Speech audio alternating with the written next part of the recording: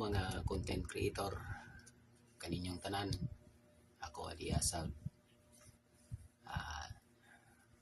Bago na sa kong nagsugod unya nangay ko og siri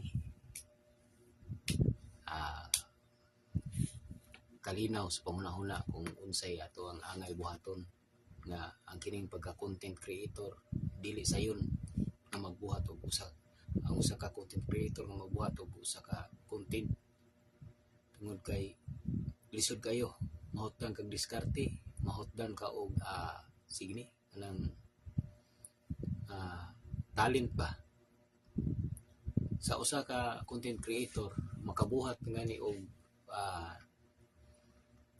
usa ka gatos o mulagpas sa usa ka gatos ang imuhang content, maglibog na ka kung sa imuhang sunod nga content nga imong buhaton.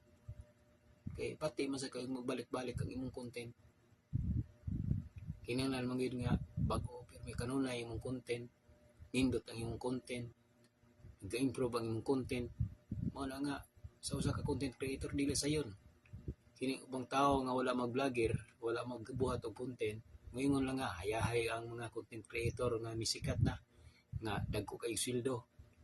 Pero tungod pareho ang kining pagbuhat og content, kining usa ka vlogger, pareho rin og usa ka negosyante.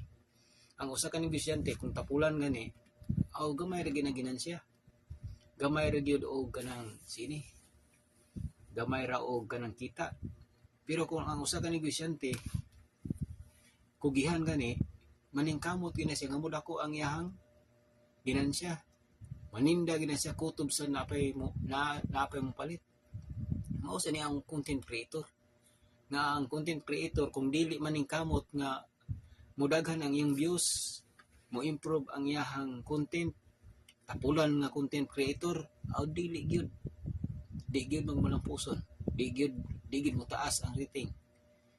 Mao na nga kining uban ang ubang mga tao na ganing musikat nga content creator mangayo dayon og hinabang, mangayo dayon og bisag unsa na lay pangayoon, unya og dili hatagan, moingon dayon nga pagkadawa ni tawhana. Ang isigi sa panghatag sa kadaghang sa mga tao kung imo nang isigi panghatag unsa man say wala sa kay mabilin nga ikaw mo yung naghago sa imong kuan. Kining ubang tao wala makasawot sa usa ka content creator. Kining tao nga kining content creator nga nagbuhat og content porti sang lisura sa og